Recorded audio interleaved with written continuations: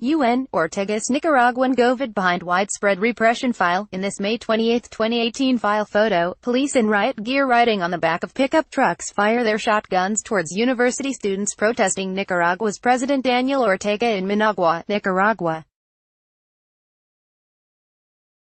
More than 300 people have been killed in violence since mid-April.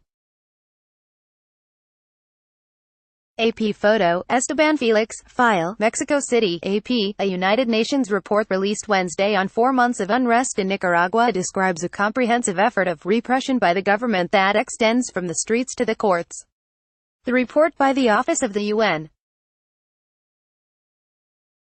High Commissioner for Human Rights calls on the government of President Daniel Ortega to immediately halt the persecution of protesters and disarm the masked civilians who have been responsible for many of the killings and arbitrary detentions. More than 300 people have been killed in violence since mid-April in this Central American nation. Neighboring Costa Rica has been flooded with thousands of requests for asylum by people fleeing Nicaragua. The report describes illegal arrests, torture, and closed trials. Doctors, professors and judges who have spoken out or protested have been dismissed from their jobs to discourage people from participating in or supporting the protests. The level of persecution is such that many of those who have participated in the protests, defended the rights of the protesters, or simply expressed dissenting opinion, have been forced to hide, have left Nicaragua or are trying to do so, according to the UN.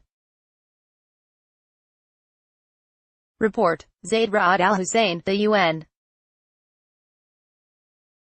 Human Rights Chief, told reporters in Geneva that repression and retaliation against demonstrators continue in Nicaragua as the world looks away. Nikki Haley, the U.S. ambassador to the UN, said the report highlights what we have been saying for months: Ortega is terrorizing his own people. Until the Nicaraguan people are able to use their voices freely and peacefully, the international community must continue to pressure the regime. Failure to do so will lead to another Venezuela, Haley said. Ortega's government dismissed the report as baseless and relying on anti-government media accounts. It denied accusations of excessive use of force against protesters. The report is biased and slanted with subjective assertions, the government said in its response to the UN office, also noting that it included no mention of the attempted coup d'état alleged by Ortega. It said the UN had not been invited to evaluate the human rights situation, but rather to accompany the verification commission established as part of the national dialogue. It accused the UN of overstepping its authority and violating Nicaragua's sovereignty. Later, Ortega said at a rally that if the tortured person was a Sandinista, he doesn't exist for the UN. Human Rights Commission, for them, the killer coup plotters were little angels. In mid-April, retirees and students marched to protest cuts to Nicaragua's social security benefits decreed by Ortega. They were met with violence from young government supporters and riot police. The president eventually retracted the changes, but protests quickly evolved into calls for him to step down. University students across the country led the protest effort and took over a number of campuses. But in July the government unleashed heavily armed civilian forces that worked with police to clear the barricades that had been erected on strategic highways and throughout some neighborhoods. There was a short-lived dialogue between the government and opponents, but Ortega accused the Roman Catholic bishops mediating the talks of being part of a coup conspiracy, and talks have not resumed. Ortega has blamed international agents and internal enemies of conspiring to overthrow his government. He has said he will not step down before his term ends in 2021. Protests continue, but they are smaller as student leaders have been arrested or forced into hiding or exile. There are currently no conditions for the free and safe exercise of the rights to freedoms of expression, peaceful assembly and association, the UN report said. The UN team reached its conclusions despite government obstacles thrown in its path. It said team members could not access relevant government agencies or observe court hearings for those accused of crimes ranging from organized crime to terrorism for participating in the protests.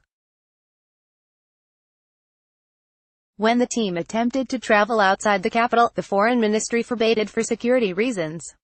Arbitrary arrests are conducted without arrest or search warrants, the team found. Detainees are typically held incommunicado for days before their families find out where they have been taken. This month, the Associated Press reported on student protesters who were arrested, beaten and tortured by police and armed civilians. One pregnant student was beaten, despite making her condition known to her captors, and eventually lost her pregnancy. When some families made habeas corpus filings with the courts in an effort to locate their missing relatives, the petitions were initially assigned to dead judges, the UN report said. UN investigators believe it was an effort to delay the proceedings. On Monday night, a judge convicted 2 young men in the April 21 killing of journalist Angel Gajon in Bluefields. His widow, Miguelith Sandoval, said Tuesday that the 2 men are innocent. "This decision is humiliating, it doesn't give us justice. Because we know that these guys didn't kill my husband, that those who really did it are riot police, because there are videos indicating it, that my husband was surrounded by police," Sandoval said. AP writers Jamie Keaton in Geneva and Luis Manuel Galeano in Managua, Nicaragua contributed to this report. Copyright 2018 The Associated Press. All rights reserved. This material may not be published, broadcast, written or redistributed.